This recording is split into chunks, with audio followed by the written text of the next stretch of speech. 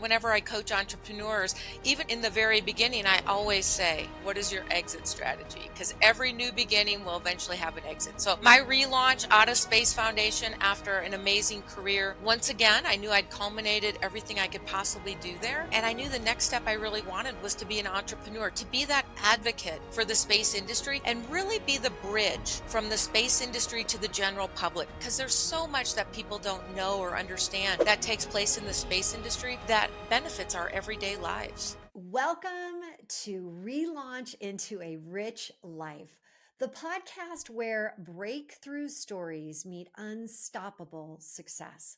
I'm Hilary DeCesare, and each week we explore how relaunches turn setbacks into setups for wealth, impact, and true fulfillment. Ready to flip your world and dive into your rich life? Today, we're joined by incredible Shelli Brunswick, a globally recognized keynote speaker, author, and futurist. Shelli is the founder and CEO of SB Global LLC. She is a former U.S. Air Force officer and the former COO of Space Foundation. She's revolutionizing leadership with space innovation, fostering global partnerships, and inspiring others to think beyond limits. From receiving multiple Lifetime Achievement Awards to collaborating with NASA, Shelli is shaping the future of leadership, innovation, and workforce development. She's here to share her journey and relaunch story that's surely going to inspire you. So, Shelli, welcome. I am so excited to have you on the show. And when I first talked to you, it was like sparks were flying. The rocket was taking off of the launch pad. You had so much to share. And I'm just wondering how we're going to be able to do this in such a short amount of time. But let's dive in, okay? Sounds great. So, you've had such an incredible journey, and there's been a lot of relaunches along the way. Why don't we start with the one that has been the most impactful to who you are today? Fantastic. Well, again, thank you so much for inviting me, and I'm looking forward to an out of this world experience for this discussion. I think one of the most important relaunch chapters in my journey, and as you said, military officer, corporate industry, has been my most recent one. And that was leaving that corporate world military structure behind and starting my own company, SB Global LLC, being that entrepreneur, going out on my own, taking that brave step to see if I can really make it and bet on myself, as they say. So, when you're talking about, military, and you were in the military for how long? 29 years. 29. Just a short time. I thought about making it a career, but I decided 29 was enough. that was that was it. Can you talk about what was it? 29 years. And I remember I was at Oracle almost 10 years, high tech. And I was considered like the dinosaur in those because high tech changes over so quickly. As you said, a lot of times, people go into the military and they stay there. Like it is a lifetime. But you, first as a female, and then secondly, you were there for 29 years. What caused you? What was like that moment where you're like, you know what? I think I need to go do something different. I think I want to go start my own entrepreneurial venture.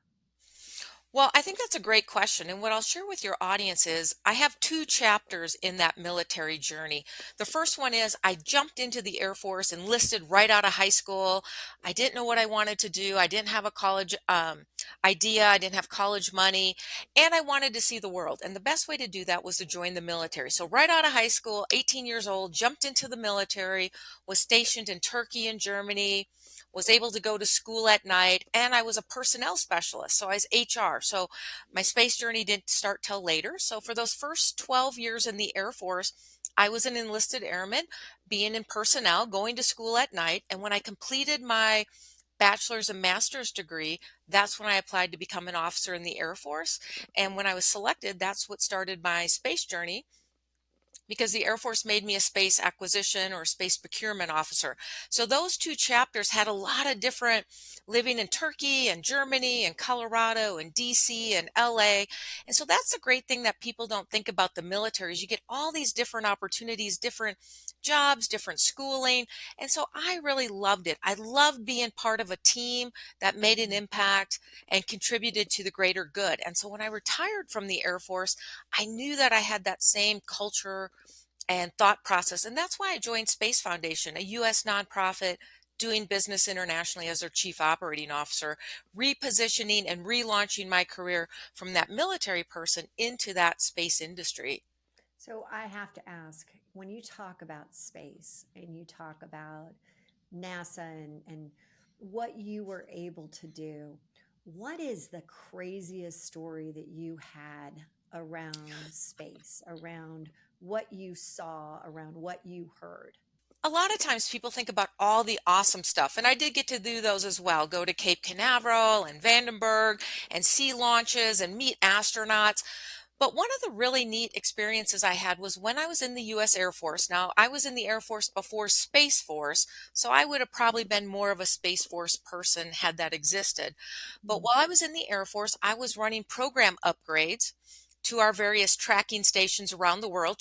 So we have to track the satellites and we download information from them, we upload information to them. And one of those tracking stations is in Greenland.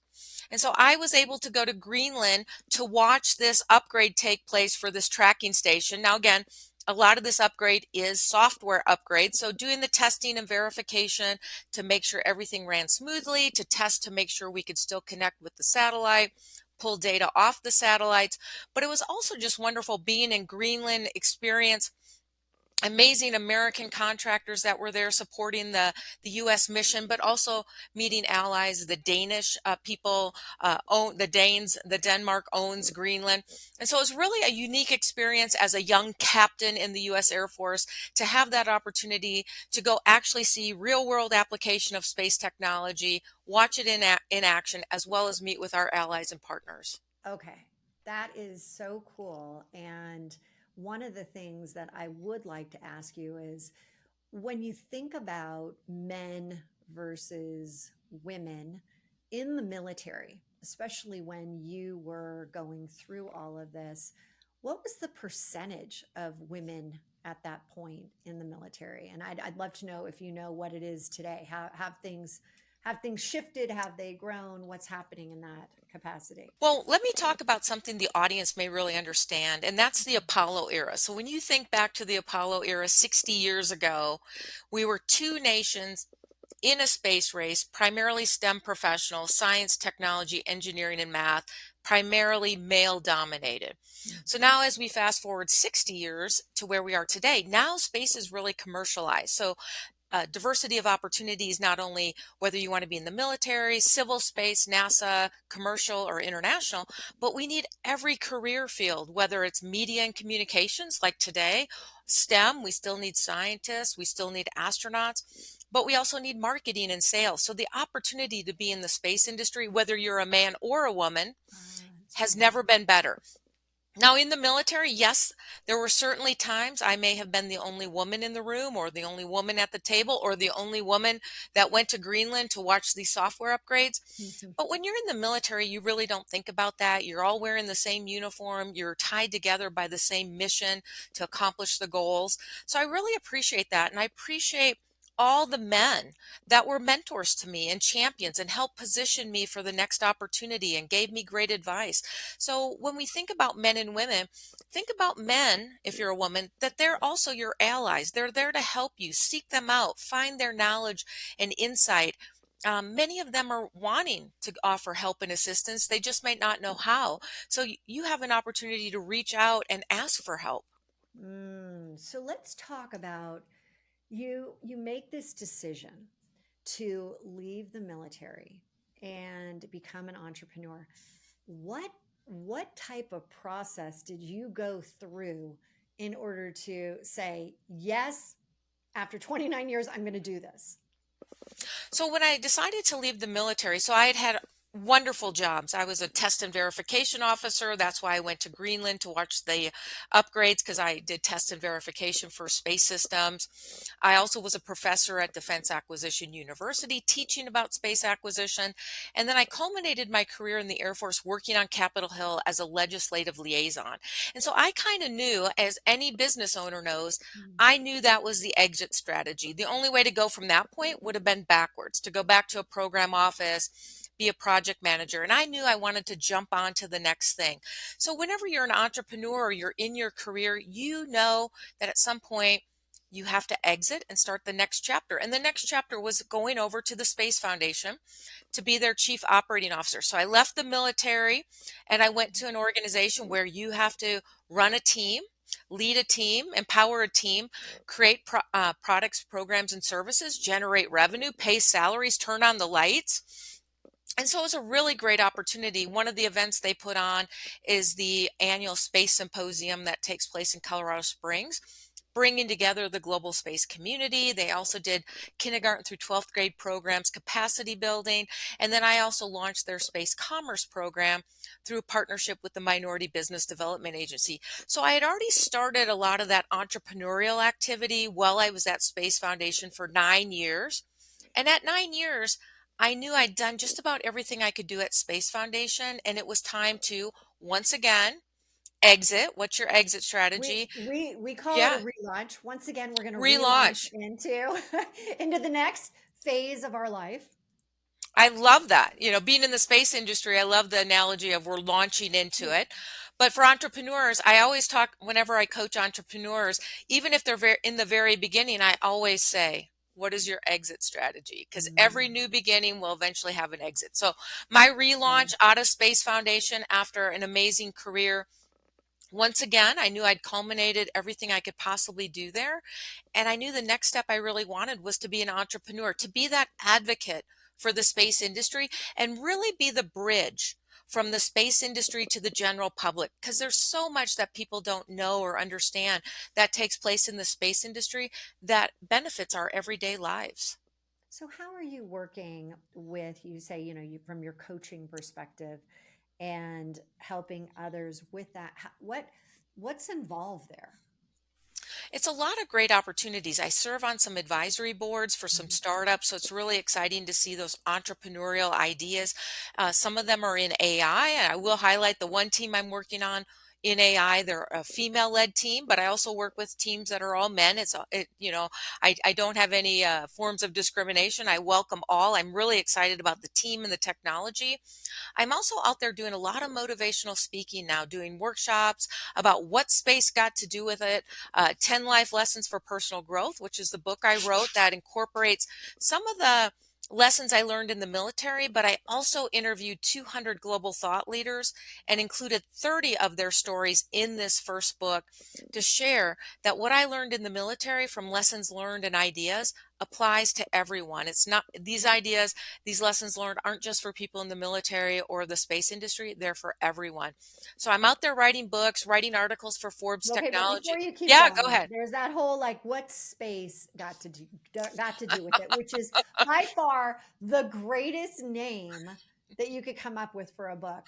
And you kept going with, the 10 things that you learned and all that. Okay, we need to know. Give us a few of these that we can kind of like, hear and sink our teeth into right now because that's good that you interviewed 250 people here. Like what were the key takeaways? What were like give us a few of those. Well, let's start with a little history. The first of all, I did a TEDx Manitou Springs, and my TEDx coach, I'm talking about space, and he's like, "What are we going to call this?" And he goes, "I know what space got to do with it." He was not a space person, but just from my talk, he was like, so I pulled the theme for my book series from that TEDx talk, so your audience can go back and check that out from 2022. And then I was the commencement speaker for Colorado State University Pueblo. And when I interviewed with the president to be the commencement speaker, he said, I need you to keep it real. My students may not know what they're doing tomorrow. So talk about your lessons learned, talk about your failures. So the first 3 chapters in the book are actually from that CSU Pueblo commencement address, which is also available on my YouTube. And those first 3 lessons learned are take advantage of every opportunity. I highlighted when I was an enlisted airman, one of the opportunities I took advantage of was tuition assistance. And so I was able to go to school at night and on the weekends, completing my bachelor's and master's degrees that allowed me to be applied to become an officer. Mm. The second skill is, or second lesson is try anyways, even when the odds are against you. Now, my background, I'm a traditional space person in the sense I came in through the military, but I am a non-traditional space person because I'm not a STEM professional. I have a business degree and an MBA. So I'm a myriad of both of those traditional, non-traditional space. So when I applied to become an officer in the Air Force, they were looking for STEM professionals. So it was only about a 12% chance I'd get picked up to become an officer. But I say to your audience, as well as myself, try anyways. Mm. And if you fail the first time, which I did, I was not selected to be an officer the first time, which I call FAIL, first attempt in learning. I That's reevaluate. good. That is a good, a very good relaunch flip of the word fail. I really like that. Thank you. And so what I realized, I redid my application to become an officer in the Air Force, and on the second try, I was selected, and then I was selected to be a space acquisition officer, which the third lesson is don't fear the unknown. What the Air Force called it was space acquisition, which I'm not sure anybody even in your audience would know what that means. I have to convert that to like procurement or space project management. So I didn't really want to do that. So I feared the unknown because I didn't know what it was. Nobody I knew what it was. And I tried to get reassigned. And finally, someone from the Air Force Personnel Center said, Sergeant Brunswick, the Air Force needs you to be a space acquisition officer. And I saluted smartly and said, yes, sir, because you don't really have a choice. And I'm so grateful that that's what happened because that started my 25 amazing year career in the space industry. So those are the first three lessons, and they were also the first three lessons from my commencement address. So I do want to go back to the first one. And I think that there's a lot of people out there when you said take advantage of every opportunity. As an entrepreneur, let's just focus there. You're a leadership coach, you do a lot of amazing things, but as as a coach and you've got people that are trying to stay focused on what their goals are of scaling their businesses. And when you say take advantage of every opportunity, how does one incorporate that into success when we should focus? We should, have, you can't do everything, you can't boil the ocean. What do you say to people now, today, in regards to, hey, take advantage of every opportunity? So when you pick up the book, go to chapter 9 first because chapter 9 is about awareness. And it's not only awareness of opportunities, but it's awareness about yourself. What are your goals and objectives? What are the filters? How do you stay focused?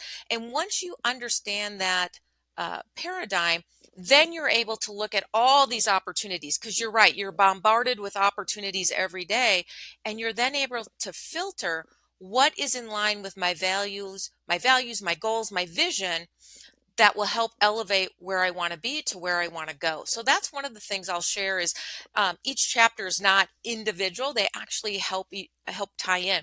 So the chapter on awareness, one of the amazing individuals I interviewed for that is a female samurai warrior from Japan. She's from a 400-year lineage of female samurai warriors. Her name is Machiko Gozen, and she talks about the importance of awareness and being focused. And now let's go back to chapter 1. Take advantage of opportunities. Sometimes opportunities are work. They might be volunteering for organizations that can help fill. Maybe you got some gaps in your resume or CV, or maybe you can volunteer for an organization. One of the organizations I love is the World Business Angels Investment Forum. If you're an entrepreneur and you want to network with high quality individuals that are investors and entrepreneurs, might be a good way to build that network and do some volunteer work that helps elevate. So really finding those opportunities that also tie in, like I said, with chapter 9, the awareness. Now I will highlight, I talked about Machiko Gozen in chapter 9 on awareness, but in chapter 1, one of the first interview is with Her Excellency Rosalia Ortega, who was the first female president of Ecuador, who was deposed by a military coup. And now she's well respected in Ecuador and a leader in education and capacity building and well beloved in her country. So it just highlights how opportunities come along and sometimes you may have setbacks, but then how you rebound as well. And so the book goes into some great stories like Dr. Ortega's as well as many others. I cannot believe you had the opportunity to talk to these individual women and then put it all together in this book. I am so impressed. I'm interviewing 100 impact millionaires right now, iconic impact millionaires. And it's interesting when you interviewed how many of the people you interviewed were men versus women?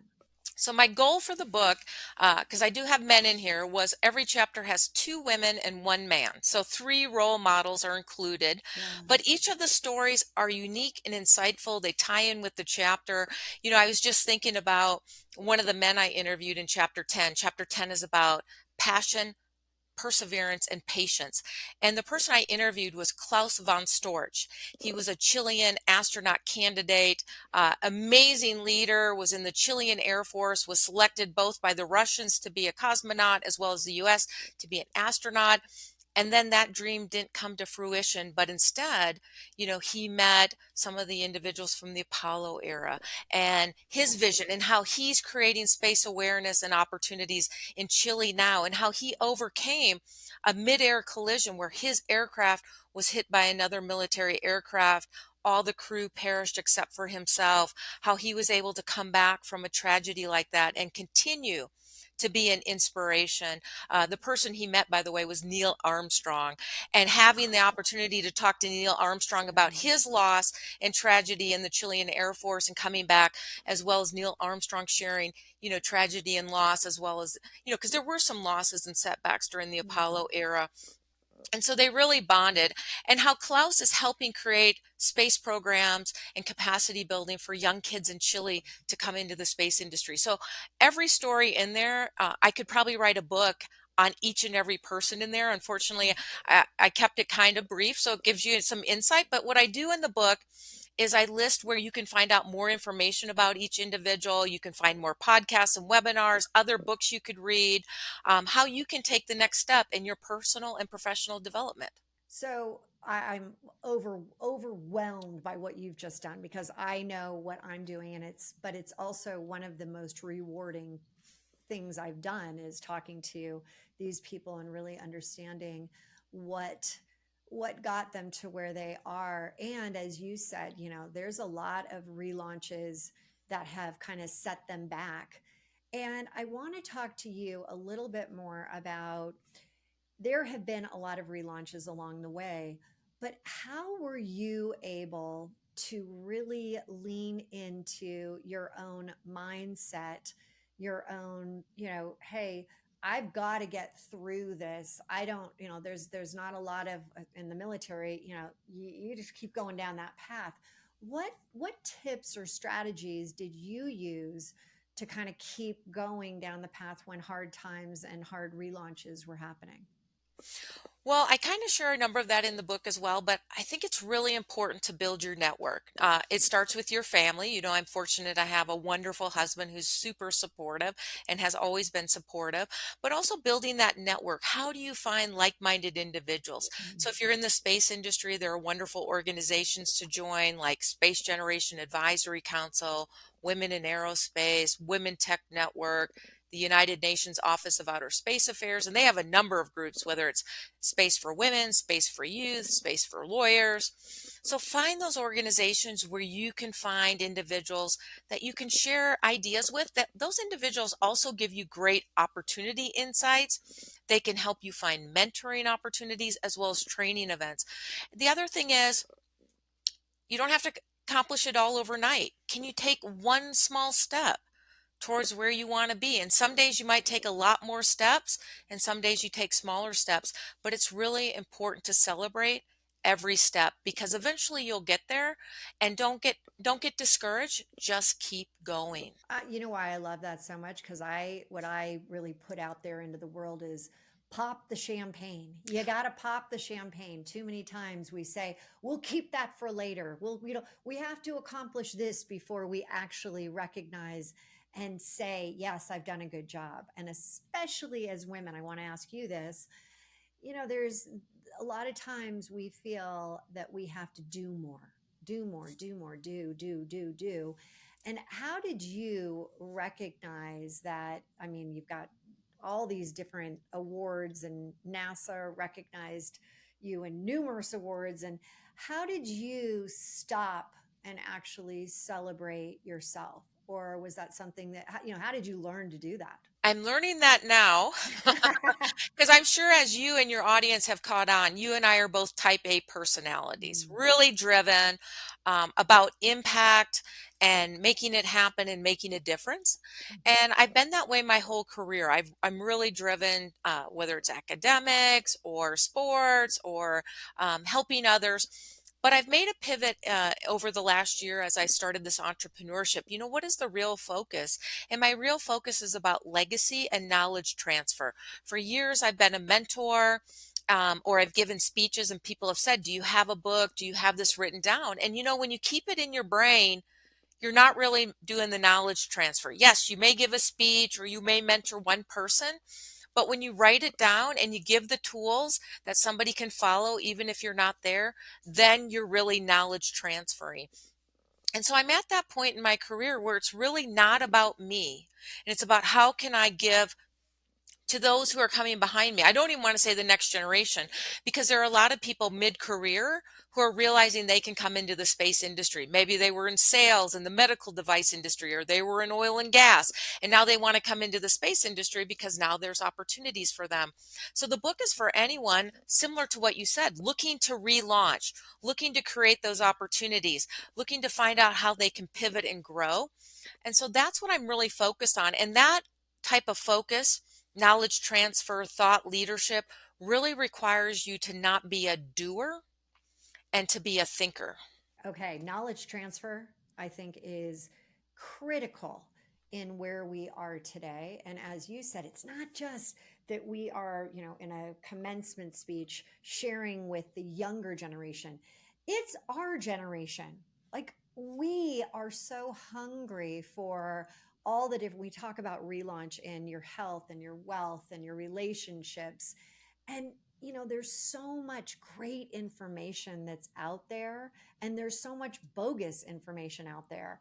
And so to really have somebody like you helping, guiding, leading is more impactful than anything right now, because there are people that are sitting out there listening right now that are trying to relaunch into something brand new. I spoke to a couple this weekend that are willing to leave corporate, and they want to know, how do you really do that? When you talk about someone who is looking to relaunch their career and push beyond their limits, what suggestions do you give them right now as kind of that, as you said, these small steps, this first step in making the decision, because there's so much fear around making a wrong decision? First of all, there are no wrong decisions. It's only learning. Learn from it. So I started with the first book, and then the second book is called What Space Got to Do with It? An Interstellar Guide to Success. So some of the ideas in the second book are smaller in the first book, but I'm expanding on it because a lot of times I'll talk about the space industry and the opportunities. And the next question is, well, how do I do it? So that's what the next Totally. book is all about. What Space Got to Do with It? An Interstellar Guide to Success. It starts with leadership, your leadership, self leadership, but also leadership of others that are in that industry that you want to join. How can you find those leaders? How can you find access points, interviews, learning from individuals? The next step is about creating awareness. That's why I love your show. It's sharing that awareness of relaunch opportunities, bringing on role models that can help create the awareness of what's available. So I'm usually out there talking about what's the awareness opportunities in the space industry or technology or entrepreneurship, leadership. Then it's about access points. How do you find the access points? Because if you know about it, but you don't know how to get into it, you got to find access points. So for the space industry, if you're an entrepreneur, obviously NASA Tech Transfer Office, incubators and accelerators, Women Tech Network, finding mentors, lots of great access points. And then it's about action. And action is about training, networks, and mentoring. And we talked about a few of those already. So that's that's what you got to do. And you can just do a little bit every day to do that relaunch. And that's what we are all about, the fact that it's not just this gigantic step, because actually the way the brain is wired, your brain does not do well with that big massive step, because it's not thinking it's getting any closer to the end goal. It's starting to feel overwhelmed, whereas if you hit it with smaller ones, the endorphins, the dopamine, all the good things that release more of that into your brain happen. So that is incredibly like spot on with what we are actually really pushing out there. One of the things that I do like to find out is you've been doing this most recent entrepreneurial venture over the last year and a half, but where do you see you going? What's next for you as you continue this, adventure in life? Well, I'm really excited. The more ideas I have, I shared with you the thought leadership, the more I have. So the next book, out of the An Interstellar Guide to Success, is going to be followed by one on out of this world leadership. What type of leaders do we need for the future? And I'm starting to do workshops and speaking events, but also being that thought leader, that strategist that joins boards and teams to really think about, as you said, what is the strategy? A visionary thought leader really has to think about not only the next mountain or the next mountain or the next mountain, but like half the planet away or all the way to Mars or Jupiter or Saturn.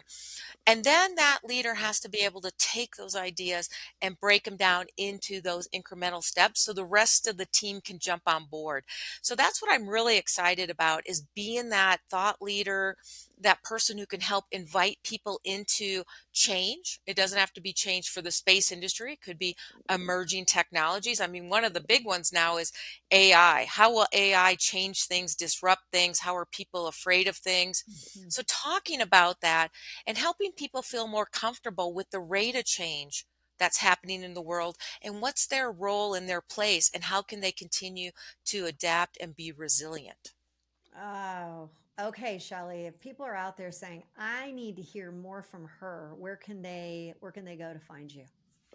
Wonderful. Well, I do have a website, shellybrunswick.com, so you can find out a lot of things on there. I also have a YouTube series that's about the book. So if you want to check out the YouTube series, I interviewed the global thought leaders that are in the book. We also did a little book launch webinar so you can get a preview about each of those leaders. And then, of course, one of the best tools, and I recommend this to everyone, whether you're junior high and you're starting your career or anywhere you are, LinkedIn. I am on LinkedIn. I promote a lot of the activities, places I'll be speaking, books, articles. I do my personal LinkedIn email. So if I don't get to you right away, I will get to you. I believe it's really important to touch base with individuals, and I'll do my best to answer your question on the fly. So those are some of the best places to find me. Shelly, thank you so much for being here today.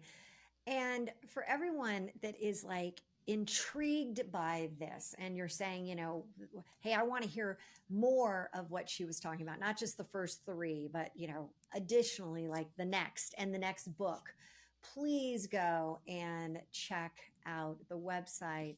And also, we will have all of the show notes in the main area where we talk about this podcast. So, your next level is waiting. And thanks for tuning in to Relaunch to a Rich Life. If today's episode sparked something in you, don't keep it to yourself. Share it, subscribe. Let's create unstoppable momentum together. So until next time, keep relaunching, keep rising, and remember, it's go time.